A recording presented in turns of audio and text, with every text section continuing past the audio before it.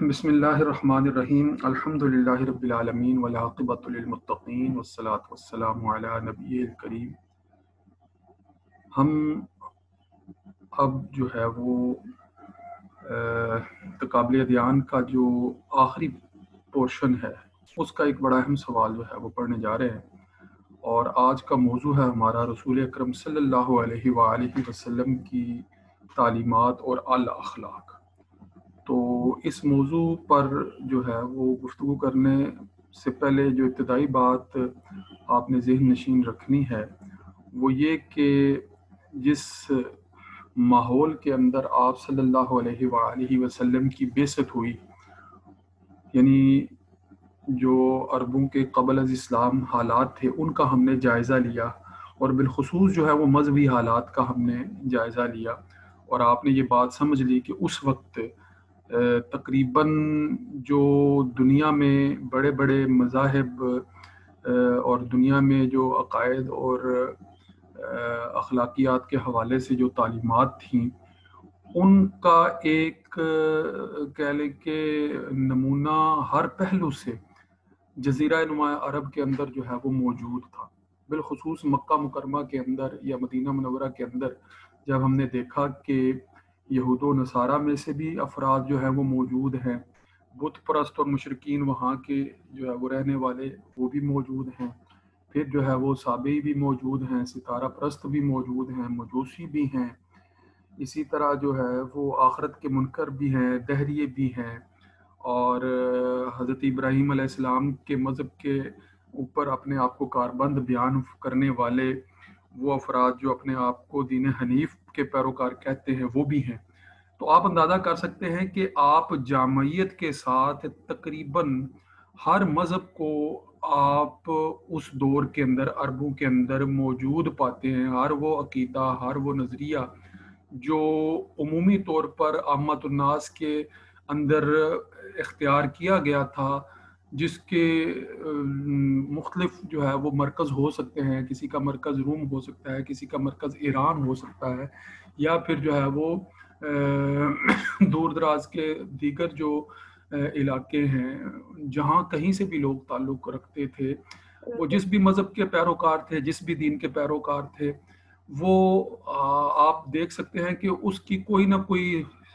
خصوصیت اس دین کی یا اس کی مذہب کی کوئی نہ کوئی جو ہے وہ پہلو آپ کو جزیرہ نما عرب اور بالخصوص مکہ اور مدینہ کے اندر ان کے کوئی نہ کوئی کسی نہ کسی شکل میں ماننے والے یا اور عقائد پر کاربند جو ہے وہ افراد نظر آتے ہیں۔ تو آپ صلی اللہ علیہ وآلہ وسلم کی بعثت جب ہوئی ہے تو ارد گرد جو ہے وہ جس کو ہم زمانہ جاہلیت کہتے ہیں اور قبل از اسلام جو ہے وہ جاہلی دور کہتے ہیں، وہ سارے کا سارا اس بات کی غمازی کرتا ہے کہ کفر و شرک، بت پرستی اور اپنی حکومتوں کو قائم کرنے کے لیے، استوار کرنے کے لیے جو مذہبی حوالے سے تصورات اختیار کیے گئے ہیں وہ سب اپنے عروج پر نظر آتے ہیں، اور ہم دیکھتے ہیں کہ ہر کوئی جو ہے وہ اپنے کو اپنے تئیں جو ہے وہ درست تصور بھی کرتا ہے، اور اپنی اپنی جو ہے وہ نظریات کے مطابق جو ہے وہ اپنی حکومتوں کو بھی جو ہے وہ منظم کرنے کی کوشش کرتا ہے۔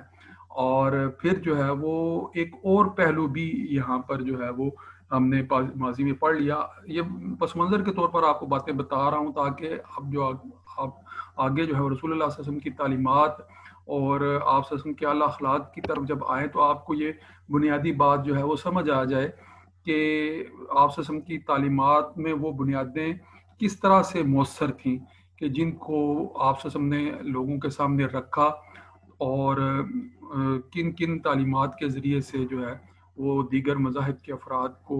دلائل کے ساتھ جو ہے وہ دین کی حقانیت اور دین اسلام کی سچائی کی طرف جو ہے وہ راغب کیا۔ تو اس پہلو سے یہ بات آپ نے جو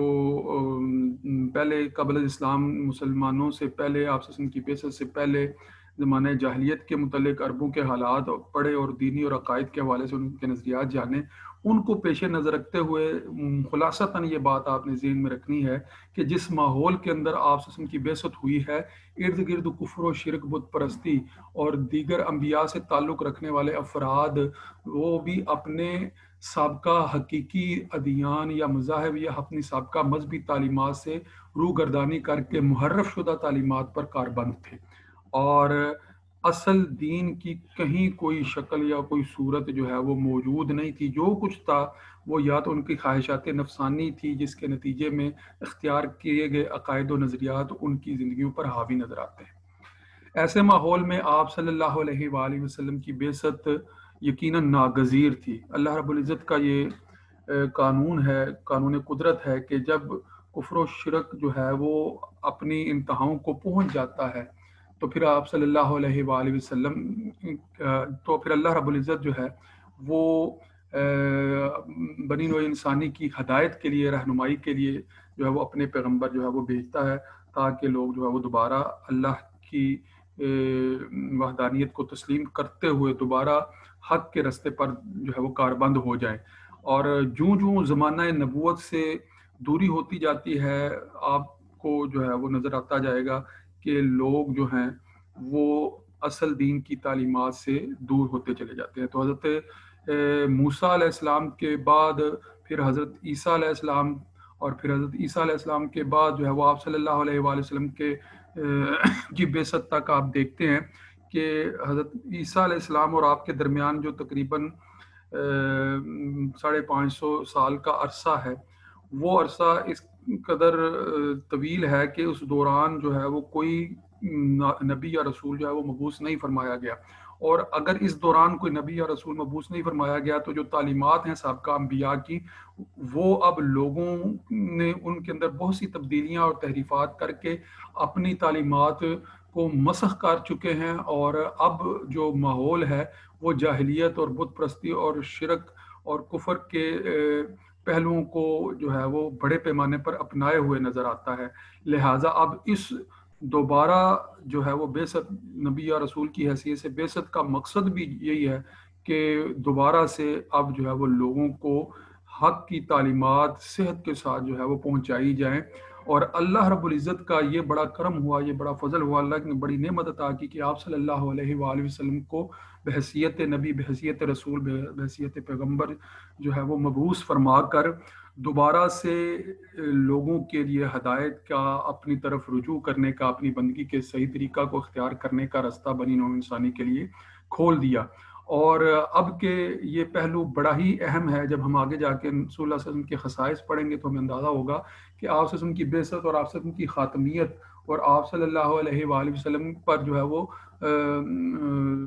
وحی کا مکمل کر دینا اور آپ صلی اللہ علیہ وآلہ وسلم کی وحی کو محفوظ بنا دینا، یہ ایسے پہلو ہیں کہ جن کے ذریعے سے پھر آپ صلی اللہ علیہ وآلہ وسلم کی بعثت کے بعد آج تک جو ہے وہ تعلیمات اپنی خالص اصل شکل میں محفوظ اور موجود ہیں، اور ان کے ذریعے سے ہم جب بھی چاہیں اصل دین کی طرف جو ہے وہ رجوع کر کے اپنے اعمال کو درست کر سکتے ہیں، اپنے اعمال کے قبلہ کو، اپنے اعمال کی وضاقتہ کو، اپنے اعمال کی شکل کو جو ہے وہ درست کر سکیں۔ تو جب ہم ان تعلیمات کا جائزہ لیں گے تو ہمیں یہ اندازہ ہوگا کہ وہ لوگ جو نبوت و رسالت کے منصب سے واقف تھے، یعنی یہود و نصارہ، ان کے لیے بھی آپ صلی اللہ علیہ وآلہ وسلم کی تعلیمات جو ہیں وہ بالکل ان تحریفات کو ان کے سامنے پیش کر دینے والی ہیں جو وہ کر چکے تھے، اور ان کے بعد جو ہے وہ صحیح سمت پر جو ہے وہ ان کو استوار کرنے والی ہے۔ اور یہود و نصارہ کے متعلق یہ بات بھی ذہن میں رکھیں کہ وہ مکہ یا مدینہ یا اس جزیرہ نما عرب میں آباد بھی اسی غرض سے آ کر ہوئے تھے کہ وہ جانتے تھے اپنی سابقہ کتابوں کی تعلیمات کی روشنی میں کہ نبی آخر الزمان کی بعثت جو ہے وہ ان علاقوں میں ہونے والی ہے، اور جن کے ذریعے سے پھر جو ہے وہ ہمیں دوبارہ سے عروج اور بالادستی حاصل ہوگا، اور وہ آپ وسلم کے آنے کے منتظر تھے۔ یہ الگ بات ہے کہ آپ کی بعثت کا انہوں نے انکار کیا، اپنے جو ہے وہ دیگر خواہشات نفسانی اور دیگر جو ہے وہ حکومتی معاملات اور اپنی مذہبی بالادستی کے چھن جانے کے ڈر سے جو ہے وہ ایک اعتبار سے انہوں نے آپ وسلم کی بعثت کے باوجود، آپ وسلم کو جاننے اور پہچاننے کے باوجود جو ہے وہ آپ صلی اللہ علیہ وآلہ وسلم پر ایمان نہیں لائے۔ مگر یہ بات اپنی جگہ پر موجود ہے کہ وہ نبوت اور رسالت کی حقیقت سے واقف تھے، اور آپ کی بعثت کی غرض سے ہی جو ہے آپ کی آمد کی جو ہے وہ انتظار میں ہی وہ یہاں پر موجود تھے، مگر یہ ہے کہ آپ صلی اللہ علیہ وسلم کی بعثت کے بعد جو ہے وہ انکار کر کے پھر جو ہے وہ اپنے مذاہب ہی کو جو ہے وہ اختیار کیے جانے پر ترجیح دینے لگے، اور اس موضوع پر جو ہے مختلف مواقع پر ہم کافی گفتگو کر بھی چکے ہیں۔ تو اس تناظر میں یہ تو وہ تھے کہ جو نبوت اور رسالت کے منصب سے واقف تھے، بالخصوص یہود و نصارہ، مگر وہ جو کافی حد تک جو ہے وہ نبوت اور رسالت کا منصب جن کے ذہنوں سے محو ہو چکا تھا، جو مشرکین تھے، جو کہہ لیں کہ بظاہر بنی اسرائیل کی اولاد ہی بنی اسماعیل ہی کی اولاد میں سے تھے اور دین حنیف ہی کے اپنے آپ کو کاربن سمجھتے تھے، مگر نبوت کسی قدر جو ہے وہ کافی زمانہ گزر جانے کی وجہ سے ان کے قلب و ذہن میں جو ہے وہ اس طرح سے راسخ نہیں رہ گئی تھی۔ اور اس کے علاوہ جو دیگر مذاہب کے لوگ تھے، ستارہ پرست، نجومی تھے، مظاہر پرستی کرنے والے، دہریت اختیار کرنے والے، یا دیگر جو بھی آخرت کے منکر لوگ اس وقت اس جزیرہ نما عرب میں یا مکہ میں یا مدینہ میں موجود تھے، تو وہ جن جن نظریات کے حامل تھے ان کے لیے نبوت کے منصب اور رسالت کے منصب کو سمجھنا ایک مشکل چیز تھی۔ لہٰذا اس مشکل پہلو کو بہرحال جو ہے وہ آپ صلی اللہ علیہ وآلہ وسلم نے جب اپنی بعثت، اپنی رسالت کے جو ہے وہ دعوے رکھے اور اس کے بعد جو ہے وہ معجزات جو ہے وہ لوگوں کے سامنے رکھے، اور پھر آپ صلی اللہ علیہ وآلہ وسلم کو اللہ تعالیٰ نے جب مدنی زندگی میں بالخصوص جو ہے وہ پے بہ پے کامیابیاں عطا کی، تو وہ سارے لوگ جو ہے وہ بالآخر آپ صلی اللہ علیہ وآلہ وسلم کی حقیقت کو جان گئے اور آپ پر ایمان لے آئے۔ تو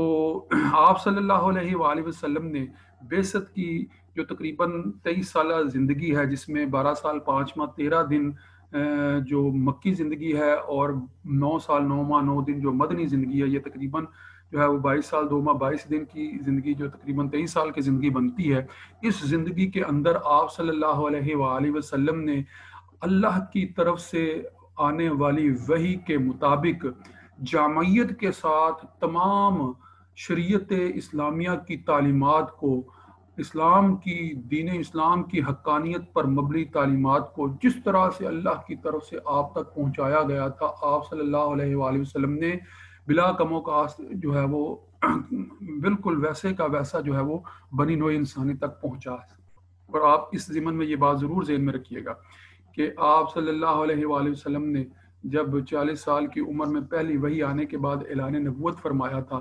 تو اس وقت جو ہے وہ ابتدائی طور پر آپ پر ایمان لانے والے بچوں میں حضرت علی المرتضیٰ اور حضرت صدیق اکبر بڑوں میں آپ صلی اللہ علیہ وآلہ وسلم پر پہلے ایمان لانے والے تھے، اور عورتوں میں حضرت خدیجہ الکبریٰ رضی اللہ تعالیٰ عنہ، اور پھر آہستہ آہستہ جو ہے وہ آپ صلی اللہ علیہ وآلہ وسلم پر ایمان لانے والوں کی تعداد جو ہے وہ بڑھنے لگی۔ مگر یہ ساری مکی زندگی اگر اس کا اجازہ لیں تو وہ گنتی کے افراد سے زیادہ نہیں تھی، آپ اس کو جو ہے وہ سینکڑوں میں نہیں کہہ سکتے، مگر کچھ سو تک جو ہے وہ ان کی تعداد جو ہے وہ بنتی ہے، جن کو جو ہے وہ ہم دیکھتے ہیں کہ ابتدائی بعثت کے بعد تقریباً 13 سالہ زندگی میں بے پناہ تکلیفات، مشقتیں، مصیبتیں جھیلنے کے باوجود ایک بالکل قلیل اور تھوڑی سی تعداد ہے صحابہ رضوان اللہ اجمعین کی جو آپ پر ایمان لاتے ہیں اور آپ کی اطاعت کرتے ہیں۔ مگر پھر ہجرت کے بعد مدنی زندگی کے اندر جو ہے وہ فتح بدر، غزوہ بدر کے بعد غزوہ احد، پھر جو ہے وہ صلح حدیبیہ، پھر غزوہ خندق، اور غزوہ خندق کے بعد پھر جو ہے وہ فتح مکہ تک کے جتنے بھی واقعات ہیں، آپ دیکھتے ہیں کہ اسلام بتدریج جو ہے وہ پھر ترقی کرتا چلا جاتا ہے۔ وہی لوگ جو پہلے بہت تھوڑے تھے اب جو ہے وہ بڑھتے چلے جا رہے ہیں، اور فتح مکہ کے موقع پر جو ہے وہ ایک کثیر لشکر جو ہے وہ فاتح کی حیثیت سے مکہ کی حدود میں جو ہے وہ داخل ہوتا ہے، اور جب مکہ فتح ہو جاتا ہے اور ارد گرد جو ہے وہ عام معافی کا اعلان کر دیا جاتا ہے، تو اسلام کی حقانیت کو پہچانتے ہوئے جزیرہ نما عرب کے طول و عرض پر جو ہے وہ طویل دور دراز کے علاقوں سے جو ہے وہ لوگ جوک در جوک جو ہے وہ دائرہ اسلام میں داخل ہونے کے لیے جو ہے وہ بڑھتے چلے جاتے ہیں۔ اور پھر 10 ہجری میں جب آپ صلی اللہ علیہ وآلہ وسلم حجۃ الوداع کے موقع پر حج کے لیے تشریف لاتے ہیں، تو لاکھوں کا جو ہے وہ مجمع جو ہے وہ آپ کے ساتھ جو ہے وہ حج میں شریک ہوتا ہے۔ تو تو یہ وہ ایک خلاصہ ہے جو آپ صلی اللہ علیہ وآلہ وسلم کی سیرت کا خلاصہ ہے، اور جس دوران آپ صلی اللہ علیہ وآلہ وسلم نے وہ ساری کی ساری تعلیمات جو ایک فرد کو دین اسلام پر کاربند رہنے کے لیے ضروری ہیں، آپ جو ہے وہ شروع سے لے کر آخر تک ایک ایک چیز جو ہے وہ لوگوں کو سکھانے والے ہیں۔ اور اسی دوران آپ صلی اللہ علیہ وآلہ وسلم جب موجود ہیں لوگوں کے درمیان، تو لوگوں کے اندر جو ہے وہ دین کی شمع روشن کرنے کے لیے، مذہب کے اوپر جو ہے وہ کاربند رہنے کے لیے، اور آپ صلی اللہ علیہ وآلہ وسلم کی اسوہ کو اختیار کرنے کے لیے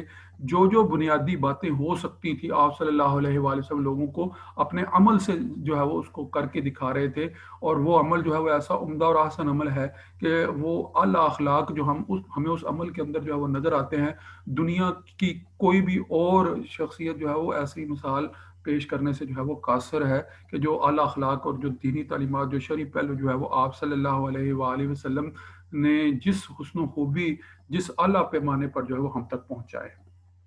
تو ہم ان تعلیمات کا ایک جو ہے وہ خلاصہ آپ کے سامنے رکھتے ہیں۔ ویسے تو آپ جانتے ہیں کہ رسول اللہ صلی اللہ علیہ وسلم کی تعلیمات جو کہ بظاہر 23 سالہ جو ہے وہ دور بعثت پر مبنی نظر آتی ہیں، مگر ان کی وسعت اور ان کی جو ہے وہ تفصیلات اس قدر زیادہ ہیں کہ ہم ان کا تفصیلی احاطہ کرنا بھی چاہیں تو شاید کسی ایک فرد کے بس کی بات نہ ہو، مگر پھر بھی ہم بنیادی باتیں جو کہ بنیادی عقائد سے تعلق رکھتی ہیں، ارکان اسلام سے تعلق رکھتی ہیں، ان کو خلاصتاً سامنے رکھتے ہیں تاکہ شرعی دینی تعلیمات کا ایک جامع جائزہ جو ہے وہ ہمارے سامنے آ جائے۔ یہ تعلیمات اس حوالے سے بھی آپ نے پڑھنی سمجھنی ہے، قابل دھیان کا جب آپ یہ سبجیکٹ پڑھ رہے ہیں تو اس حوالے سے بھی آپ نے ذہن میں رکھنی ہے کہ یہ وہ تعارف ہے جس کے ذریعے سے دیگر تمام مذاہب کے درمیان جو ہے وہ اسلام کی حقانیت ان پہلوؤں سے واضح ہوتی ہے، اور ان پہلوؤں کو جو ہے وہ لوگوں کے سامنے بطور دلیل بھی رکھا جاتا ہے، بطور عمل بھی رکھا جاتا ہے، بطور عبادت بھی رکھا جاتا ہے۔ یہ سارے پہلو ان بنیادی تعلیمات کے اندر موجود ہیں کہ یہ تعلیمات جہاں پر جو ہے وہ تمام دیگر مذاہب کے سامنے بنیادی نظریات کا تعارف بن جاتی ہیں، وہیں ان پر جو فرد کاربند رہتا ہے وہ دین اسلام کا جو ہے وہ پیروکار نظر آتا ہے، اور دین اسلام کی تعلیمات پر عمل پیرا بھی وہی نظر آتا ہے جو ان عقائد اور نظریات کو اپنا کر ان پر عمل کی حیثیت سے اقدامات اختیار کرتا ہے۔ تو سب سے پہلے ہم عقائد اسلام کا جائزہ لیتے ہیں تھوڑا سا۔ آپ جانتے ہیں بار بار جو ہے وہ یہ باتیں آپ اپنی مختلف درجے کی کلاسز میں مختلف جگہوں پر مختلف سکھانے والے جو مذہب کے علم بردار جو تعلیمات آپ کو سکھاتے رہے ہیں، وہ آپ کو جن بنیادی عقائد سے ہمیشہ روشناس کرواتے رہے ہیں وہ وہی عقائد ہیں کہ جو رسول اللہ صلی اللہ علیہ وآلہ وسلم کے ذریعے سے صحابہ اور صحابہ کے ذریعے سے آج تک بنی نوع انسانی تک جو ہے وہ نسل در نسل پہنچے ہیں، اور امت مسلمہ اتفاقی طور پر ہمیشہ ہر دور میں ان عقائد پر جو ہے وہ کاربند رہی ہے۔ توحید ہو، رسالت ہو، ملائکہ ہوں، آسمانی کتب ہوں، آخرت ہوں، یہ آخرت سے متعلق یہ بنیادی عقائد اسلام ہی کہلاتے ہیں جو آپ صلی اللہ علیہ وآلہ وسلم کی بنیادی تعلیمات ہیں۔ کہ جب آپ صلی اللہ علیہ وآلہ وسلم نے اعلان نبوت فرمایا ہے، تو جب آپ خود اعلان نبوت فرما رہے ہیں اور اپنی رسالت کے لیے لوگوں کو، اپنی رسالت کے تسلیم کرنے کے لیے لوگوں کو دعوت دے رہے ہیں، تو ساتھ ہی رسالت ہوتی کیا ہے اس منصب کو بھی جو ہے وہ آپ صلی اللہ علیہ وآلہ وسلم سمجھا رہے ہیں کہ رسالت کو سمجھانے کے لیے جو آپ صلی اللہ علیہ وآلہ وسلم لوگوں تک تعلیمات پہنچا رہے ہیں، تو وہ تعلیمات جو ہیں وہ آپ کہہ لیں کہ رسالت جب سمجھا رہے ہیں تو توحید کا بھی جو ہے وہ اس کے ذریعے سے تعارف کروا رہے ہیں۔ جب آپ صلی اللہ علیہ وآلہ وسلم لوگوں کو کہہ رہے ہیں کہ میں اللہ کا نبی ہوں، تو پھر بنیادی طور پر اللہ کی ذات کے ساتھ متعارف کروانا کہ وہ ہستی، وہ حقیقت ہے کیا، کہ جو حقیقت اللہ ہے، جو ہستی اللہ ہے، کہ جس کی تمام کائنات کی مخلوقات جس کی پیدا کردہ ہے، اس ہستی کا تعارف کروانا اور اس کے ساتھ کسی کو شریک نہ ٹھہرانا، اور اس کو وحدہ لا شریک جو ہے وہ سمجھنا اور بیان کرنا کہ وہ ہمیشہ ہمیشہ سے ہے، ہمیشہ رہنے والا ہے، اس کو کوئی ہلاک نہیں کر سکتا ہے، اس کی قدرت کے اندر، اس کے قبضہ قدرت میں عرش ہے، وہ ہر چیز کا پیدا کرنے والا ہے۔ تو توحید کا جب آپ صلی اللہ علیہ وآلہ وسلم تعارف کروا رہے ہیں تو ساتھ پھر رسالت کا بھی جو ہے وہ تعارف جو ہے وہ ہو رہا ہے کہ میں اس کی طرف سے بھیجا ہوا پیغمبر ہوں، میں اس کی طرف سے جو ہے وہ دین حق کی دعوت لے کر تم تک آیا ہوں۔ یہ آپ صلی اللہ علیہ وآلہ وسلم کی تعلیمات ہیں۔ تو جب آپ صلی اللہ علیہ وآلہ وسلم توحید سے لوگوں کو آشنا کروا رہے ہیں تو بنیادی اصول کہ اشیاء اپنی ضد سے یعنی اپنی مخالف سے پہچانی جاتی ہیں، اس اصول کے تحت آپ صلی اللہ علیہ وآلہ وسلم شرک سے آگاہ فرما کر شرک کی مذمت کرتے ہوئے توحید کو نکھار کر لوگوں کے سامنے پیش کر رہے ہیں، اور توحید و رسالت کے تصورات کے ذریعے سے جو بنیاد قائم ہوتی ہے اس بنیاد پر پھر جو ہے وہ آگے اسلام کی عمارت جو ہے وہ تعمیر ہوتی ہے۔ آپ ذرا اس اعتبار سے ایک آدھ پہلو جو آپ کی کتاب میں بھی درج ہے اس کو مزید بھی دیکھ لیں۔ توحید کے اعتبار سے جو باتیں آپ کی کتاب میں درج ہیں وہ وہی باتیں ہیں جو سورہ اخلاص کے اندر بیان کی گئی ہیں، وہی باتیں ہیں جو مختلف جگہوں پر آیات کے اندر توحید کے دلائل کی حیثیت سے بیان کی جاتی ہیں، اور پھر جو ہے وہ شرک کی مذمت کے حوالے سے جن کو بیان کیا جاتا ہے کہ ان شرک لظلم عظیم، اور شرک کو جب ظلم عظیم کہا تو اس کا مطلب یہ ہے کہ جب اللہ کی ذات کے ساتھ جو کہ ساری کائنات کی خالق اور مالک ہے، جب اس کی ذات کے ساتھ کسی کو شریک ٹھہرایا جاتا ہے تو جس بڑی ذات کے ساتھ یہ طرز عمل اختیار کیا جا رہا ہے تو اسی قدر بڑے پیمانے پر جو ہے وہ ظلم کا پہلو اختیار کیا جا رہا ہے، تو اس کو اسی لیے ظلم عظیم کہا جا رہا ہے۔ اس کے بعد آپ جانتے ہیں کہ ملائکہ پر ایمان لانا قاعدہ اسلام میں بنیادی حیثیت سے شامل ہے کہ اللہ رب العزت نے اپنی نوری مخلوق فرشتے جو پیدا کیے ہیں وہ ہر قسم کی بشری کمزوریوں سے پاک ہیں، اور ان کا کام ہر وقت اللہ تعالیٰ کی حمد و ثنا اور تسبیح اور تقدیس بیان کرنا ہے، اور اس کے حکم کے تحت نظام دنیا کے مختلف پہلوؤں اور مختلف امور کو جو ہے وہ سر انجام دینا ہے۔ تو اللہ رب العزت نے فرشتوں کو پیدا کر کے کائنات کا نظم و نسق جو ہے وہ منظم فرمایا ہے۔ تو گو کہ اللہ رب العزت نے فرشتے ایک ایسی مخلوق بنائے ہیں کہ جو انسانوں کی طرح کسی قسم کا اختیار نہیں رکھتے ہیں، وہ خالص جو ہے وہ اللہ ہی کے حکم کے پابند ہیں، اور اللہ کے حکم کی خلاف ورزی کرنا جو ہے وہ ان کے قبضہ قدرت اور اختیار اور بس میں ہی نہیں ہے۔ انسان کو قدرے جو اختیار دیا گیا ہے تو اس کی وجہ سے سرکشی کرتا ہے، انکار کرتا ہے، مگر فرشتے جو ہے وہ ہر قسم کی سرکشی سے جو ہیں وہ پاک ہیں۔ ان کے وجود کو کوئی محسوس نہ کرے، کوئی دیکھ نہ سکے، تو یہ ان کی جو ہے وہ تخلیق کے اندر جو لطافت پائی جاتی ہے یہ اس کی وجہ سے ہے، وگرنہ ان کا موجود ہونا اور ان کا انبیاء کی طرف جو ہے وہ مبعوث ہونا اور وحی لے کر آنا اور دیگر پہلو جو آپ صلی اللہ علیہ وآلہ وسلم نے فرشتوں سے متعلق بتائے ہیں کہ وہ مختلف کاموں پر مأمور ہیں، کوئی بارش برسانے پر مأمور ہے، کوئی جو ہے وہ آخرت کے وقت سور پھونکنے پر مأمور ہے، کوئی جو ہے وہ حساب کتاب لکھنے پر مأمور ہے، کوئی قبر کے حساب کتاب کے حوالے سے جو ہے وہ اقدامات کرنے پر مأمور ہے، تو یہ ان کی ذمہ داریاں ہیں جو وہ ادا کر رہے ہیں۔ تو فرشتوں پر ایمان لانا اس لیے ضروری ہے کہ یہ اللہ تعالیٰ کی مخلوق ہیں، اور اللہ تعالیٰ کی مخلوق پر ایمان بغیر دیکھے ان پر ایمان لانا جو ہے وہ آپ صلی اللہ علیہ وآلہ وسلم کی حکم کی اطاعت اور تابع داری میں ہے، لہٰذا ان پر ایمان لائے بغیر بھی اسلام کے بہت سے پہلوؤں سے انسان واقف نہیں ہو سکتا۔ پھر اسی طرح اسلامی تعلیمات کا بنیادی خاصہ اسلامی کتب کو ماننے پر بھی ہے۔ جتنی بھی کتابیں نازل ہوئی ہیں آپ جانتے ہیں کہ اللہ رب العزت کی طرف سے ہدایت کے لیے بنی نوع انسانی تک جو ہے وہ مجموعے کتب کی شکل میں بھیجے جاتے رہے ہیں، صحیفے بھیجے جاتے رہے ہیں۔ اگر آج وہ اصل شکل میں محفوظ اور موجود نہیں بھی ہیں تو اس کا مطلب یہ نہیں ہے کہ وہ بھیجے نہیں گئے تھے، وہ نازل نہیں کیے گئے تھے، وہ پہنچائے نہیں گئے تھے، بلکہ اس کا مطلب یہ ہے کہ اگر آج ان کے پاس محفوظ نہیں ہے تو وہ اپنی اصل تعلیمات سے روگردانی کر کے ان سے منحرف ہو چکے ہیں، نہ کہ وہ ان کو جو ہے وہ اپنا کر جو ہے ان صحیفوں کو اپنا کر۔ اب یہ بات بڑی اہم ہے کہ جتنے بھی سابقہ انبیاء کے پیروکار اپنی اصل تعلیمات کو اب محفوظ کر کے لوگوں کے سامنے لانے کی کوشش کرنے کے بہت سے دعوے کر رہے ہوتے ہیں، مگر پھر بھی کوئی حتمی دلیل چونکہ نہیں پیش کر پاتے، لہٰذا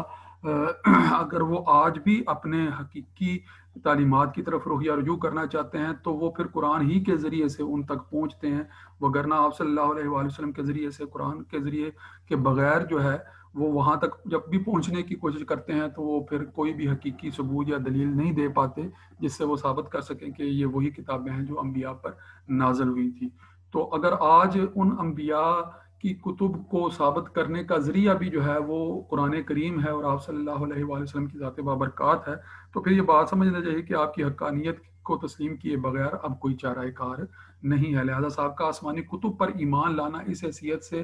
کہ وہ نازل کی گئی تھیں، اب چاہے وہ اصل شکل میں موجود نہیں ہے مگر وہ برحق تھی، نازل کی گئی تھی، انبیاء مبعوث کیے گئے تھے، ان کو بھیجا گیا تھا اور ان کے ذریعے تعلیمات انسانوں تک پہنچائی گئی تھی، یہ اس دعوے کی صداقت ہے کہ اللہ تعالیٰ نے کبھی بھی جو ہے بنی نوع انسانی کی ہدایت کے رستوں کو مسدود نہیں فرمایا ہے، لوگوں تک ہدایت پہنچائی ہے تاکہ وہ راہ راست پر قائم رہیں۔ اب یہ ان کا اپنا طرز عمل ہے یا رہا ہے یا رہتا ہے کہ جب وہ دینی تعلیمات سے، اپنی اصل تعلیمات سے منحرف ہو کر کوئی اور طرز عمل اختیار کرتے ہیں۔ اور آخرت پر ایمان لانا بھی بنیادی عقائد میں شامل ہے، کیونکہ بغیر آخرت پر ایمان لائے کوئی بھی شخص جو ہے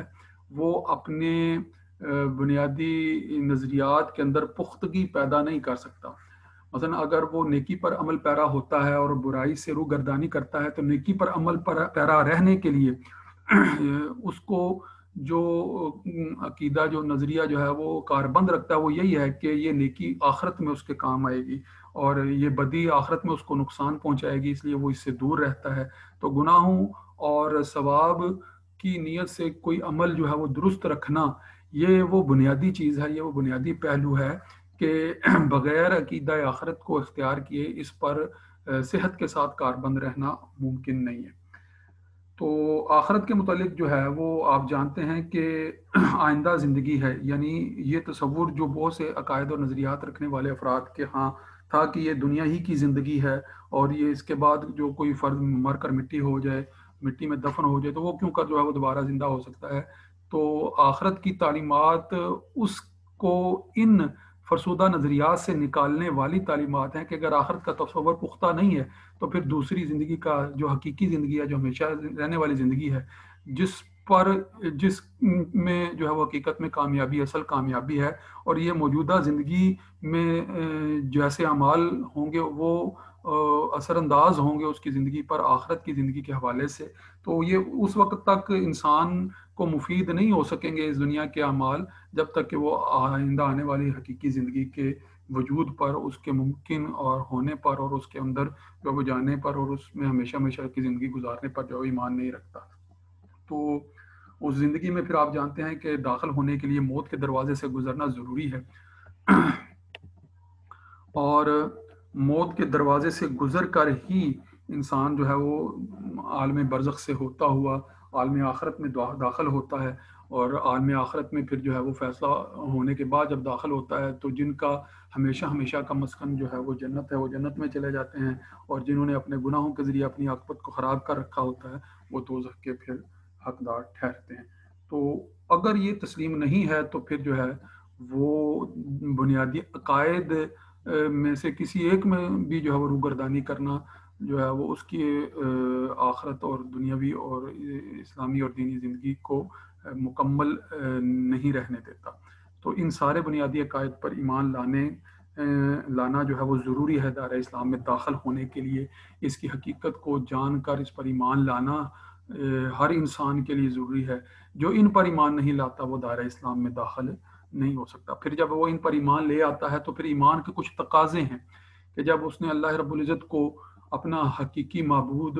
مان لیا ہے، معبود برحق مان لیا ہے، تو جس کو معبود مانا ہے اس کا عبد بن کر، اس کا بندہ بن کر اس کی بندگی کرنا پھر اس آدمی پر، اس فرد پر لازم ہو جاتا ہے۔ اور جب وہ توحید، رسالت، آخرت، ملائکہ، کتب اور آخرت پر ایمان لے آتا ہے، کلمہ شہادت کی گواہی دے دیتا ہے، تو پھر اس پر کاربند رہنا پھر اس کے لیے ضروری ہو جاتا ہے۔ اور کاربند رہنے کے لیے پھر بنیادی ارکان اسلام ہیں، جو بنیادی عبادات ہیں، وہ اختیار کرنا اس فرد کے لیے ضروری ہو جاتا ہے۔ اگر وہ پھر ان ارکان اسلام یعنی عبادات کو اختیار نہیں کرتا ہے تو عقائد اسلام پر خالی ایمان لانے کی وجہ سے وہ اعتقادی ایمان والا، عقائد کے اعتبار سے تو ایمان والا ہو سکتا ہے، مگر عملی اعتبار سے پھر اس کا ایمان جو ہے وہ معتبر نہیں ہوگا۔ تو جب ہم نفاق کی علامتیں پڑھتے ہیں تو اعتقادی منافق اس کو کہتے ہیں کہ جو عقیدے کے اعتبار سے جو ہے وہ ایسے نظریات رکھتا ہو کہ جس کے اندر توحید کے علاوہ بھی کوئی تصورات جو غیر توحید سے تعلق رکھتے ہوں وہ شامل ہوں، مگر اگر وہ بنیادی عقائد درست رکھتا ہے تو اعتقادی طور پر اس کو ہم منافق نہیں کہہ سکتے۔ مگر اگر اعتقاد رکھنے کے باوجود بنیادی ارکان اسلام یعنی نماز، روزہ، حج، زکوٰۃ جیسی عبادات کو عملی طور پر اختیار نہیں کرتا تو اعتقادی طور پر ایمان والے ہونے کے باوجود عملی طور پر وہ ایمان سے دور سمجھا جائے گا، اس کو پھر جو ہے وہ عملی منافق سے تعبیر کیا جاتا ہے۔ تو عملی نفاق سے بچنے کے لیے اور اپنی عقائد کے اوپر جو ہے وہ صحت کے ساتھ کاربند رہنے کے لیے اور اس کا عملی ثبوت جو ہے وہ دنیا کے سامنے بھی رکھنے کے لیے اور حقیقت میں جو ہے وہ نیت کی صالحیت کے ساتھ اس کو اختیار کرتے ہوئے اللہ کے حضور اپنی عاجزی کا اظہار کرنے کے لیے ان عبادات کا اختیار کرنا بہرحال جو ہے وہ لازم ہے۔ تو یہ بات جانتے ہیں آپ کی یہ عبادات ہیں کیا؟ نماز آپ جانتے ہیں کہ اہم ترین رکن ہے، سب سے پہلے آخرت میں جو ہے وہ اسی کے متعلق جو ہے وہ پوچھا جائے گا کہ جان بوجھ کر تو کہیں نمازیں نہیں چھوڑتے رہے ہو، جس نے جان بوجھ کر نمازیں چھوڑی ہیں یقیناً وہ کفر کا مرتکب قرار دیا جائے گا۔ اور بندے اور کفر کے درمیان یعنی اللہ کے عبد اور اللہ کے منکر کے درمیان جو چیز واضح طور پر، ظاہری طور پر بھی اور اندرونی طور پر بھی فرق کرنے والی ہے، جو چیز ان کو جو ہے وہ واضح کرتی ہے دونوں پہلوؤں کو، یعنی ایمان اور کفر کے درمیان اظہار کو جو ہے واضح کرتی ہے، وہ نماز ہے۔ اور نماز کا چھوڑ دینا جو ہے بندے کو کفر کی جانب جو ہے وہ راغب کر دیتا ہے۔ نماز آپ جانتے ہیں کہ دین کا ستون ہے، اور جس نے اس کو قائم رکھا اس نے دین کو قائم رکھا، اور جس نے اس کو گرا دیا اس نے دین کی عمارت کو گرا دیا۔ پھر روزے کی عبادت جو ہے وہ بھی ایک ایسی عبادت ہے کہ آپ جانتے ہیں کہ رمضان کے مہینے میں پورا مہینہ اللہ کے حکم سے وہ چیزیں جو عام حالت میں حلال ہوتی ہیں ایک خاص وقت کے لیے اپنے اوپر جو ہے وہ حرام قرار دے دینا اور اس کے مطابق جو ہے وہ ان کو اختیار نہ کرنا، یہ ایک ایسی عبادت ہے کہ اللہ رب العزت کی طرف سے اس میں ایک طرح کی آزمائش بھی موجود ہے، اور پھر اس کے اندر جو ہے وہ بہت سی روحانی فضیلتیں بھی موجود ہے۔ مگر یہ بات اپنی جگہ پر کہ روزے کا اصل مقصد جو ہے وہ تقوی کا حصول ہے، اور تقوی کے بغیر جو ہے وہ کوئی بھی فرد جو ہے وہ ایمان کی معراج تک نہیں پہنچ سکتا ہے۔ تو اللہ کے نزدیک جو ہے وہ سب سے بہترین شخص وہ ہے ان اکرمکم عند اللہ اتقاکم، اور تقوی کے حصول کا ذریعہ جو ہے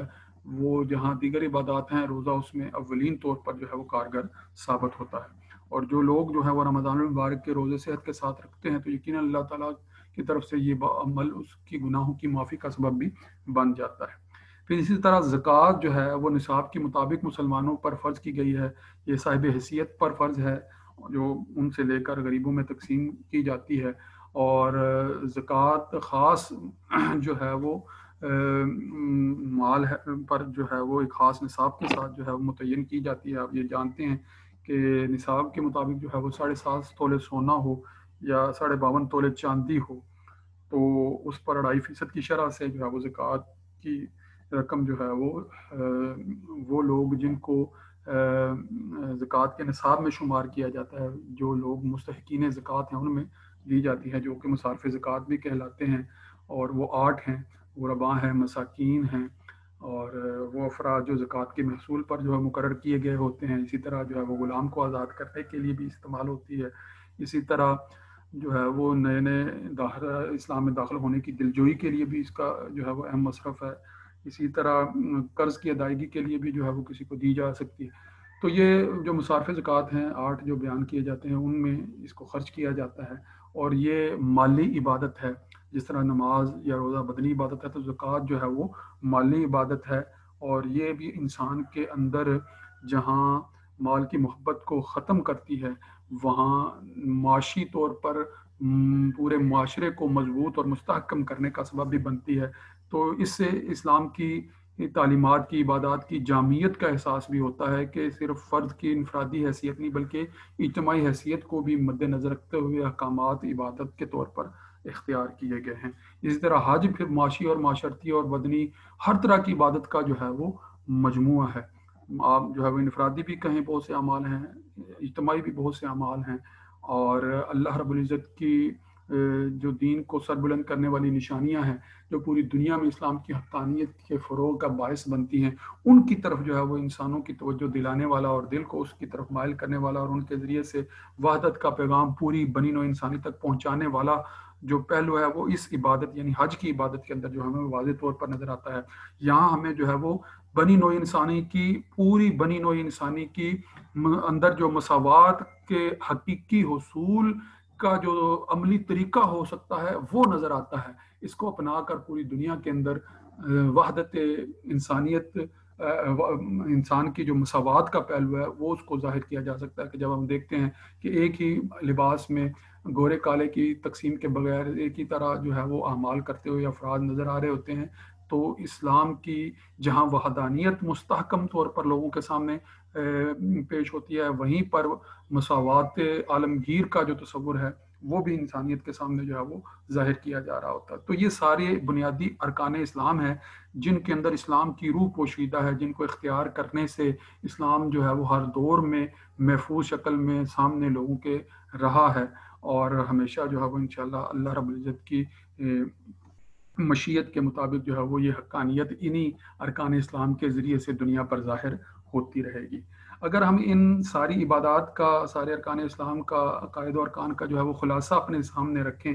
تو وہ تعلیمات جو عقائد یا اجزاء ایمان اور ارکان اسلام سے متعلق ہیں ان سب کا خلاصہ رسول اللہ صلی اللہ علیہ وسلم کی اس حدیث میں جو ہے وہ ہمیں ملتا ہے، جو حدیث جو ہے وہ حدیث جبرائیل کے نام سے مشہور ہے۔ اور اس حدیث کے مطابق جب آپ صلی اللہ علیہ وآلہ وسلم سے ایمان کے بارے میں پوچھا گیا تو آپ صلی اللہ علیہ وآلہ وسلم نے فرمایا ایمان یہ ہے کہ تو ایک اللہ پر، اس کے رسولوں پر، اس کے فرشتوں پر، اس کی کتابوں پر اور آخرت کی زندگی پر ایمان رکھے۔ پھر آپ صلی اللہ علیہ وآلہ وسلم سے جب یہ پوچھا گیا کہ اسلام کیا ہے، مل اسلام، تو اس کے جواب میں آپ صلی اللہ علیہ وسلم نے فرمایا اسلام یہ ہے کہ تو اللہ کی عبادت کرے اور اس کے ساتھ کسی کو شریک نہ ٹھہرائے، نماز پڑھے، فرض زکوٰۃ ادا کرے، رمضان المبارک کے روزے رکھے، اگر استطاعت ہو تو بیت اللہ کا حج کرے۔ پھر آپ صلی اللہ علیہ وآلہ وسلم سے احسان کے بارے میں پوچھا گیا، مال احسان، تو آپ صلی اللہ علیہ وسلم نے فرمایا احسان یہ ہے کہ تو اللہ تعالیٰ کی عبادت اس طرح کرے کہ گویا تو اس کو دیکھ رہا ہے، اور اگر تو نے اسے نہیں دیکھا، تو دیکھ رہا، تو پھر یہ یقین ضرور رکھ کہ وہ تجھے دیکھ رہا ہے۔ تو ان تعلیمات کا ایک خلاصہ میں نے آپ کے سامنے رکھ دیا ہے۔